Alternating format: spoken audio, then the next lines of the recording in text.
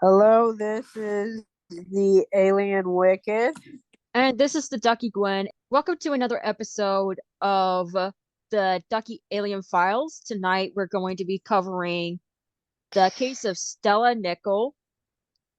Yes, As that's many of you know, Stella Nickell was convicted of product tampering after she poisoned Excedrin capsules with lethal cyanide, resulting in the deaths of her husband Bruce Nickell and Snow, a banker. Her May 1988 conviction and prison sentence were the first under federal product tampering laws that were instituted after the 1982 Chicago Tylenol murders. I remember hearing about them. I still want to hear more about those next time. Anyways, so she tried to mask them to be like the Tylenol murders. In a way, yes, though the Tylenol murders were far more worse. But Yes. it's still a great case to touch up upon regardless, as this is not only just a poisoning case, but also a gold digger case, only minus Oh, the age gap those. situation. Yeah. So, a little tidbit on Stella Maudine Nickell, as provided to us by Wikipedia.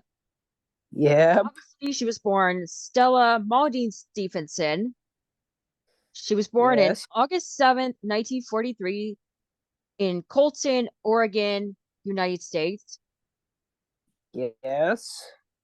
Her occupation at that time was security screener at the Seattle Tacoma International Airport. Criminal status is pretty obvious, incarcerated.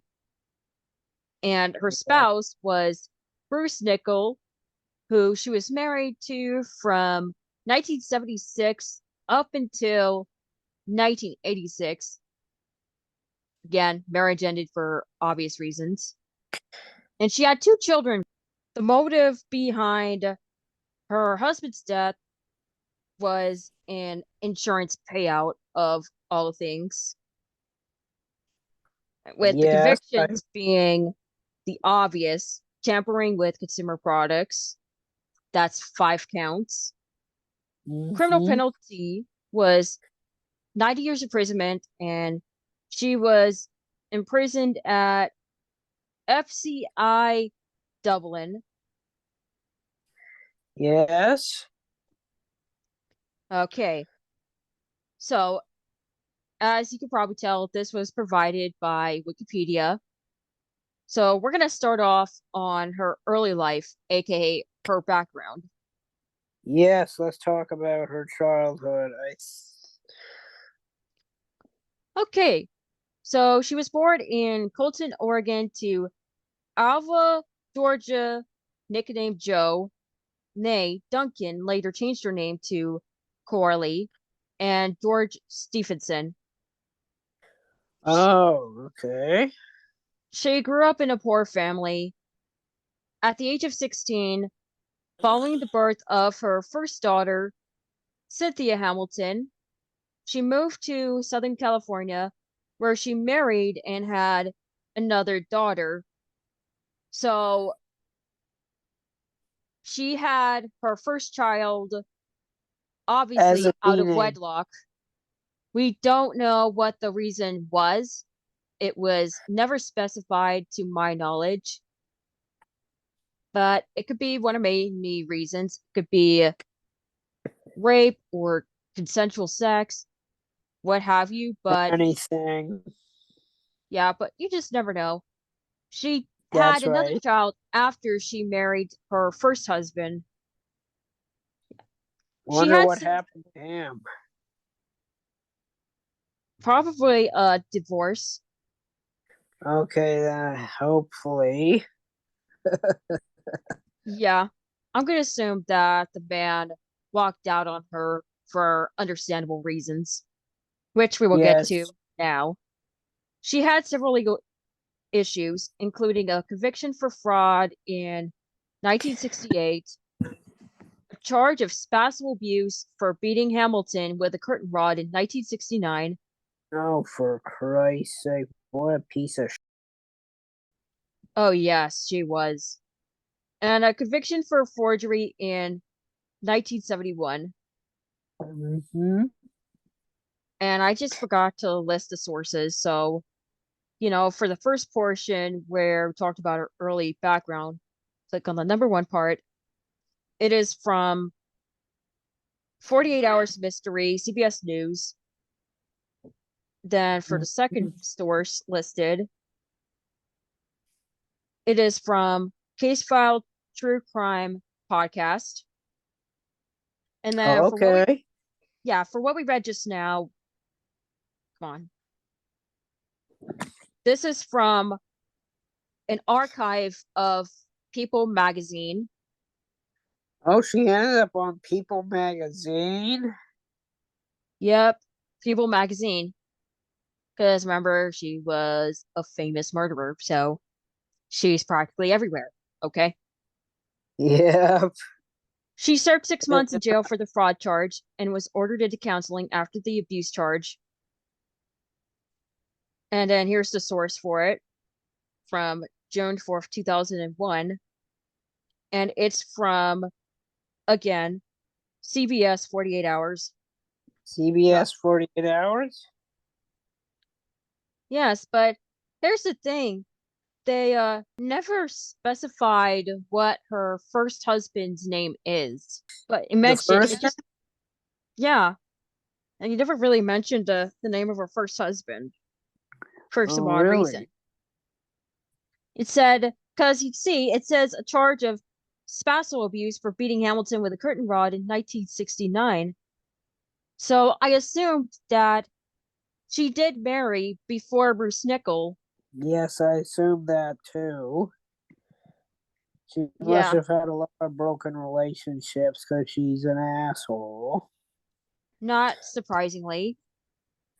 Okay, moving on. Stella met Bruce Nickell in 1974. Bruce was a heavy equipment operator with a drinking habit, which suited her lifestyle, and the two were married Oh, in 1976. In the course of their 10-year marriage, Bruce entered a drug rehab and gave up drinking, which, uh-oh. Pissed yep, her off? yep. She ended up resenting him as she felt that he turned into a boring man as a result of the fact that he stopped drinking. And, with this is going, she was obviously a drinker herself and enjoys it. Oh, Brutal. God. Raging alcoholic, much. Yes. Yeah, turned into a boring man. Oh boy. That sounds like a lush. Yep. When her bar visits were curtailed by Bruce's sobriety, she began requesting evening shifts at her security screener job at Seattle Tacoma International Airport and cultivated a home aquarium as a new hobby. Oh, yes, I remember that. I won't tell you how they. Okay, and what else? I knew about the fish hobby, the aquariums. Okay, now we're gonna get to the meat and bones here. So on June Yes. 5th, 1986, the Nickells were living in Auburn, Washington when Bruce, who was 52 at the time, came home from work with a headache and will show number Understandably. five here. Okay, so This is archived from the original site on October 8th, 2012, and it's from historylink.org, Poison Painkiller Panic, the Snow Nickell Cyanide Murders. Okay. And according to Okay. Stella, he took 4 extra strength Excedrin capsules from a bottle in their home for his headache and collapsed minutes later. Again, here is another source. This is from True TV Crime Library, and it's an archive. Bruce died shortly thereafter at Harborview Medical Center, where treatment had failed to revive him. And this is from Yes. New York Times in 1986 when the news came out. It's again archive. Okay. His death was initially ruled to be by natural causes, with attending physicians citing emphysema, even though he was only 52. But let's continue. Okay. A second death less than a week later forced authorities to reconsider the cause of Bruce's death. On June 11th, Sue Snow, who was a 40-year-old bank manager, took 2 extra capsules for an early morning headache. Her Yes. husband, Paul Webking, took 2 capsules from the same bottle for his arthritis and left the house for work. Uh-oh. At 6:30 a.m., their 15-year-old daughter Haley found Snow collapsed on the floor of her bathroom, unresponsive and with a faint pulse. Oh Oh boy. boy. That's a whole can of worms. Yup, it is. And here we thought this was only 2 people, but there were more than 2 people. Really? Yeah, bordering on the very You're, case that was responsible for the regulations we have towards medications we have today. Oh gosh. yes, those stupid blisters you have to pop in order to get at your juice or whatever, something like that. Annoying. I can blame her for that. And because of this, I hate to be cliche, but this is why we can't have nice things. Because of We people can't like have her, nice we have a things. hard time opening our medications. And we're talking pills and tablets here. Yep. So if you want to open your medications, expect to have a difficult time. Oh, and they occasionally came with cotton balls inside the bottle, to my knowledge. Okay, Yes. so paramedics were called to, the place where the incident occurred and No. transported Snow to Harborview Medical Center, but she died later that day without regaining consciousness. Oh. Yeah, that's how serious it was. At least Yep. two died that I know of, but it seems the other 3 survived. But here we go. We're going to continue on to the investigation section here. Yes. So during an autopsy on Snow, assistant medical examiner Janet Miller detected the scent of bitter almonds, an odor distinctive to cyanide. Oh, wow. So apparently cyanide Oh, smell like bitter almonds?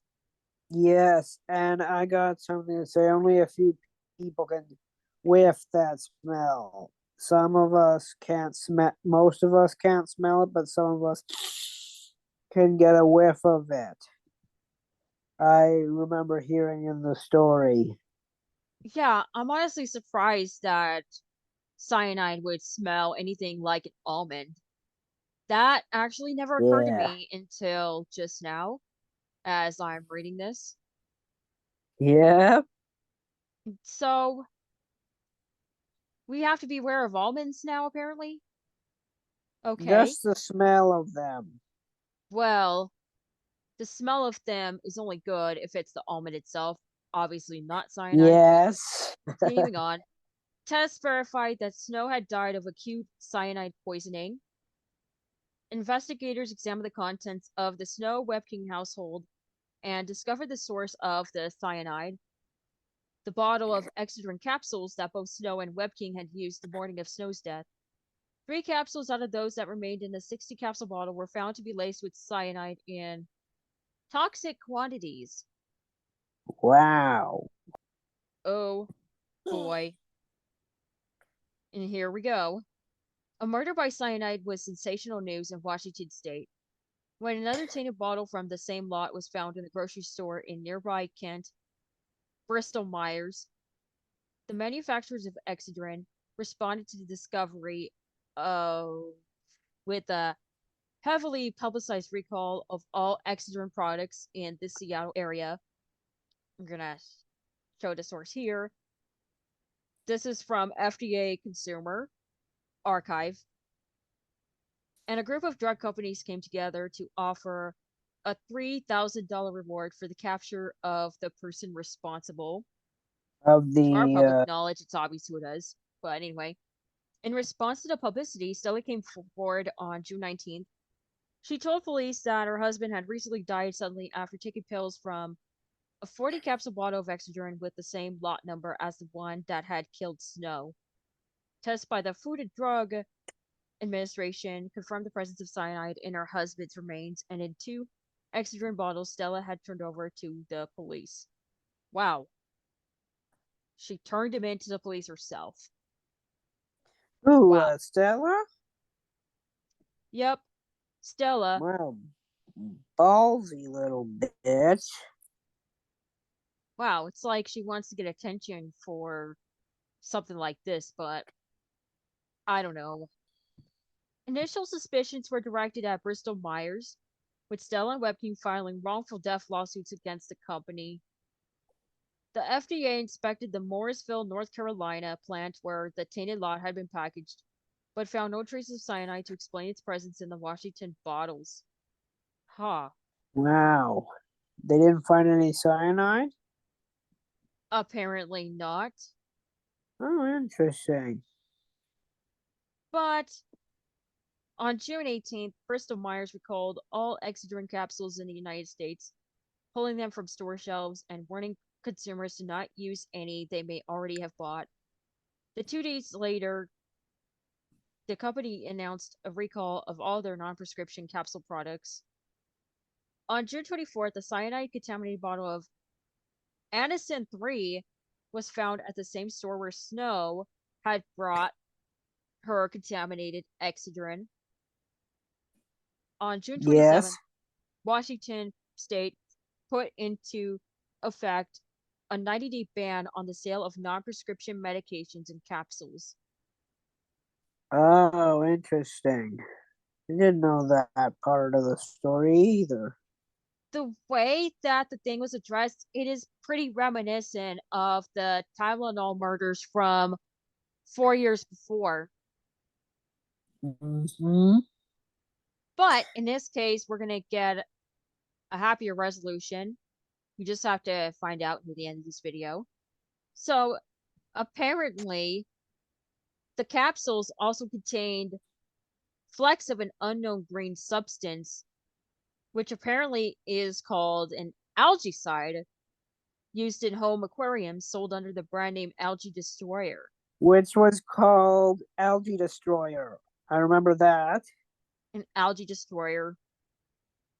Oh my goodness. So you can lace tablets with something that would otherwise clean out algae.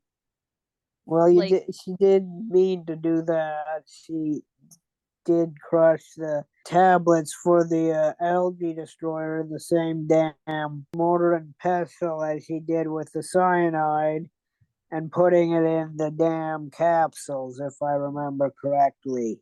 and here we go. We're gonna skip the first part of the paragraph on focusing the investigation. Okay. Yep. So, Stella and Webking were asked to take polygraph examinations. Oh, here's a good part. Webking did, however, Stella did not. She declined to do so. Uh-oh. And it also mentions in this same sentence that she had started drinking heavily around this time. So, yeah. A lawyer Wow. representing Stella told reporters that she was too shaken up to be subjected to the examination. Oh, for crying out loud. I wonder if the shaken up part is the fact Was that she guilt. acknowledges her own guilt. I think it's because she knows she was guilty and she didn't want to get caught. So, the investigators' suspicions began to turn to Stella when they discovered that she claimed that the two contaminated Excedrin bottles that she had turned over to police had been purchased at different times and different locations. Uh-oh. A total of 5 Okay. bottles had been found to have been contaminated in the entire country, and it was regarded 5 as bottles? suspicious. 5 bottles, man. 5 single bottles. Wow. Yeah, in the entire country, too. And it was Oh, regarded as she's a crazy. suspicious. Yeah. It was regarded as suspicious that Stella would happen to have acquired 2 of them purely by chance. Okay. Yep. That's But then weird. but then more circumstantial evidence pointed to her as the culprit. She had taken out a total of almost $76,000 in insurance coverage on her husband's life, with an additional Yes. payout of 100,000 if his death was accidental. Which she made it seem it was. Yep. She was also known to have, even before Snow's death, repeatedly disputed doctors' ruling that her husband had died of natural causes. Oh, for Christ's sake. Yep. The plot twist we all needed. People, I But have to say that the root of all evil is the love of money or love for money. yes, that's exactly right. Okay, Further what we FBI investigation showed that Bruce's purported signatures on at least 2 of the insurance policies in his name had been forged. Investigators were also able to verify that Stella had purchased algae destroyer from a local fish store. It was speculated that the algicide had become mixed with the cyanide when Stella used the same container to brush both substances without washing it in between uses. Ah, so that explains why I some told you traces of that the algae destroyer ended up in those uh, tablets pill. in question. Pills, yeah. Oh, oh, oh. Pretty careless, Yep, don't you think? that was Definitely careless. really She, as I careless. said, she crushed the same things in the same damn mortar and pestle. I swear that's what I heard in the true crime stuff as well. And that's how they caught her. Alrighty, so here we go. Stella finally consented to a polygraph examination in November 1986. And as predicted, she failed. I would think so. And concrete evidence proved that she had ever purchased or used cyanide was lacking. And despite their relative certainty that she had orchestrated the poisonings as either an elaborate cover up for an insurance motivated murder of her husband or a desperate attempt to force her husband's death to be ruled an accident to increase her insurance payout, they were Wow. unable to build a strong case supporting arrest, which I find surprising. Yes, is. I don't find that surprising with this part of the world. We let the crooks go and the innocent people get snatched. Yeah, she failed the polygraph test, but yet there was no case for an arrest. Like, seriously? Like, bro, unbelievable. Like, And if they had the evidence. Yes, yes. They had the concrete evidence, and yet there was nothing to support her arrest. Like, come on. What is this? Feels like a parallel world, if you will. And Yes, it does. further proof of Stella's involvement was determined when her name was found on library records showing she borrowed a book on botany which contained a chapter about poisonous plants. Oh, so she really did her studying. And now here's what broke the case. In January 1987, Stella's now grown daughter, Cynthia Hamilton, approached police with information. Her mother had spoken to her repeatedly about wanting Bruce dead, having grown bored with him after he quit drinking. Oh, oh, wow. When your own daughter throws you under the bus, you know you're in deep. Yeah. And Cynthia claims that Stella had even told her that she had tried to poison Bruce previously with foxglove hidden in capsules. And I wonder what foxglove is. It's a kind of poison. I think it's a plant of some sort. It has a flower, I believe, I think. Oh, yeah, you're absolutely right. It's a type of flower. I wonder really that type of flower has the power to poison. Besides that one other type of flower that I can't remember the name of at the moment. White oleander? Probably. Yeah, Bruce that had, was a good movie if you ever watched that movie. all right. Bruce had taken them to no effect save for complaining of sudden drowsiness. Huh. So it wasn't that potent enough to kill Bruce. That, in a way, is a good thing that it wasn't potent enough, but still, honestly. Following that failure, Stella had begun library research into other methods and hit upon cyanide. Hamilton also claimed that Stella had spoken to her about what the two of them could do with the insurance money if Bruce was dead. Uh, you see that there, Oh, folks? This is what a gold digger is. Doesn't matter if there's a huge age gap or not, a gold digger is a gold digger. And this was yeah. not a marriage between an older gentleman and a young lady. No, they were both middle aged people married to each other. And yet she's still pulling this stunt. What does that say, guys? What does that say? That she's not mature enough for a marriage. Right? It just comes to show here that biological age doesn't necessarily mean full maturity. You know what I mean? Yes, I know what you mean. So we may be biologically adults, but in some ways we are still children. We do have some emotional Yes, I immaturity in us, believe that. but at Yeah. least we are learning and growing, unlike Stella here. Yes. All right, we're going to skip ahead to arrest and trial. On December 9th, Okay. 1987, Stella was indicted by a federal grand jury on 5 counts of product tampering. 5 flipping counts. Count. Yeah. Obviously, Oh, 2 died, but 3 managed to survive, that's good.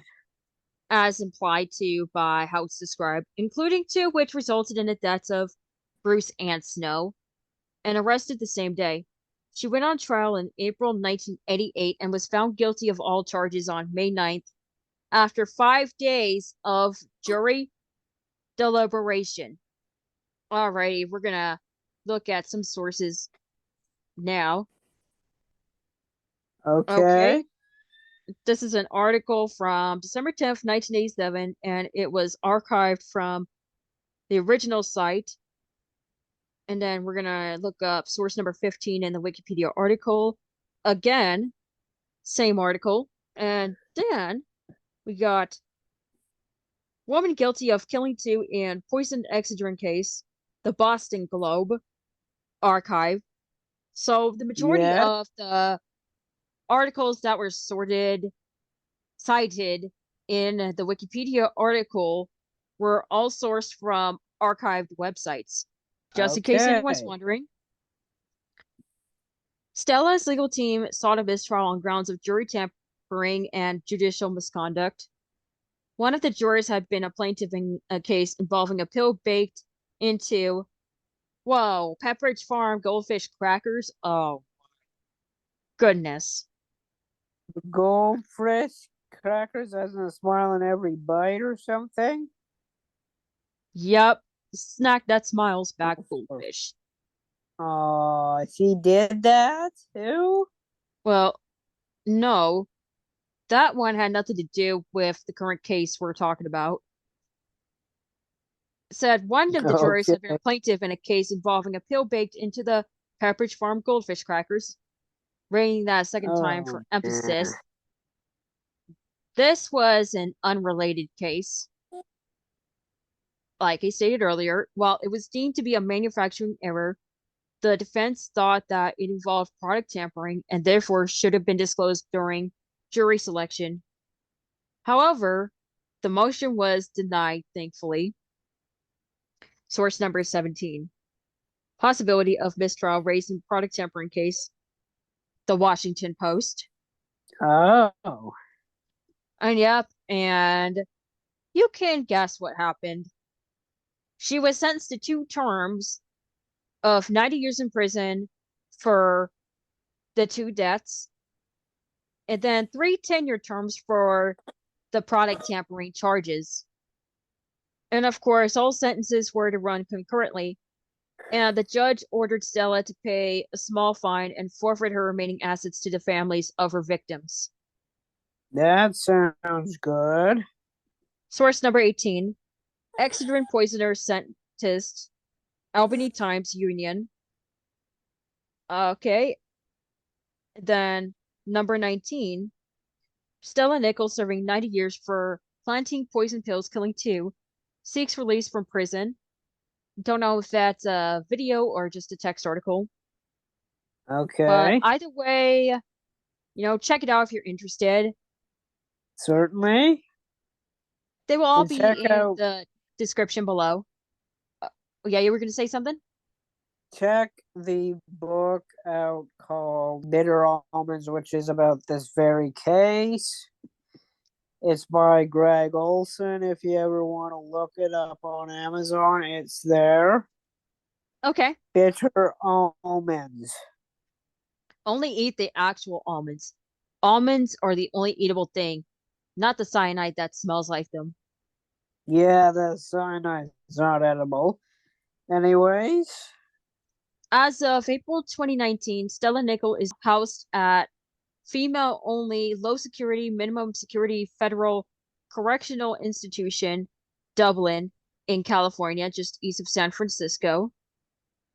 Source number yes. 20. Find an inmate, Federal Bureau of Prisons. She will be eligible for release in 2040 with credit given for good behavior, by which time she will be 96 years old. Good. She'll be almost dead. Yep. Judge won't release Washington woman serving 90 years for planting poison pills. And this was one of the articles sourced earlier under a different source number. Yes. And she tried to appeal on health grounds, but judge will not release her. This is from Yakima Herald Republic. Yeah. Yep, and that's the end of the Wikipedia article. Well, not really, but I'm only just reading the important points in it, which was practically Yeah. the whole thing before, the appeals and subsequent petitions, FDA regulations, and all that. Yes. Yeah, so she did try to appeal, but was denied each time. We'll leave That's it off good. with that on that count. But yeah, people, please be sure to check if your pills are tampered or not, if you're suspected to have any side effects that are out of the ordinary. Of the medication, that is. If Yes, you find you have atypical side effects of the medication that aren't listed about the medication, you might want to take action. yes, that's why there's such a thing as the poison control for a reason. It's because of things Yep, like this, as well as the law that was started because of the Tylenol murders. yes. You really have to be careful and raise any whistle. When you find that you're not feeling well. Yes, or if the side effects you experience are not Or that those typically atypical. listed in the on the instruction thingamajig on the bottles. Yeah, atypical Yes, side effects, I think they'd be called, because they wouldn't be typical of that medication. that's right. Also, since this was practically also a case of gold digging, make sure Yeah, that anybody you marry doesn't have money as the primary source of interest in you, because 9 times out of 10, if the woman is interested in your money and you end up being broke sometime in your relationship or marriage, what have you, it's not going to end divorce them. well. So if any women that you're with, men, is suspected of being more interested in money than you, run. Then run. Run for the hills. Get out while you still can. Yes, get the hell out of that relationship. It's toxic. Yeah, the worst that you can experience out of these types of relationships is obviously something similar to the Tylenol case and the Stella Nickell case. Yes, get the fudge out. I think the most important thing to learn is that gold digging is not exclusive to age gap relationships or marriage. It's It just to really isn't. anyone. It's an anyone issue, really. LGBTQ, straight, whatever. If you're a gold digger, you're bad. Oh, and not just LGBTQIA. It's also if a gold digger is the man and the woman on the receiving end of that is the victim. Yes, as well. So it goes both ways in that regard. If someone you're in a relationship with is only interested in your money and not interested in your well being, get out. Get out soon. Get out soon before you end up in a body bag. That's right. Assuming that's the worst case of it all. Mm-hmm. Any type of relationship that you have, be it age gap or not, if it's genuine, then go for it. But if it's not genuine, don't go for it. Yes, that's right. So you really gotta be careful in who you're dating or who you're marrying. I would prefer that you get out of a toxic relationship in the dating stages as opposed to if you're already married. Because if you're married, it's going to be even more harder to get out of than if you were just dating. Yes. If there are any Stella Nickels in your life, Get the beware. out. Beware. Alrighty.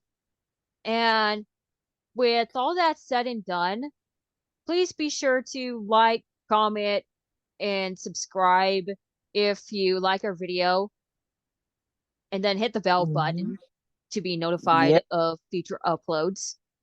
Yes, sir. And we will see you all next Wednesday. Yep. Next Wednesday. Alrighty, guys. I hope you learned a lot from the case that we just talked about. Yes. And sorry, I didn't have much time to prep for it, but we will soon in the next video. Yep. Also, have a good day and Dars Vidania. Okay, what language is that? Just wondering. Russian. Oh, take care, everybody. Take care and have a good day. Bye. Bye. And that's wrap.